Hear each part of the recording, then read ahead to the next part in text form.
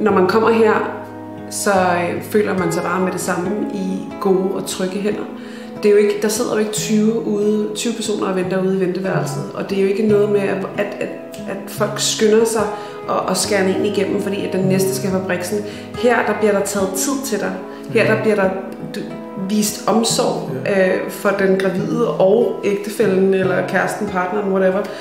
You get a very personal feeling here. Super personligt. Ja. De ved, hvad de snakker om her.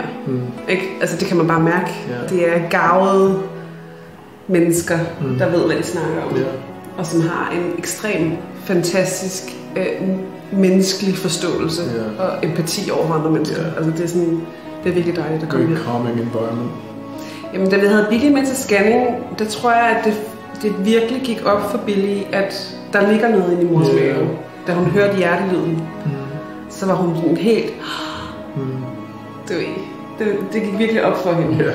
Jeg skal være storesøster. Yeah, that's true. Er det rigtigt? Yeah, that's so true. Yeah.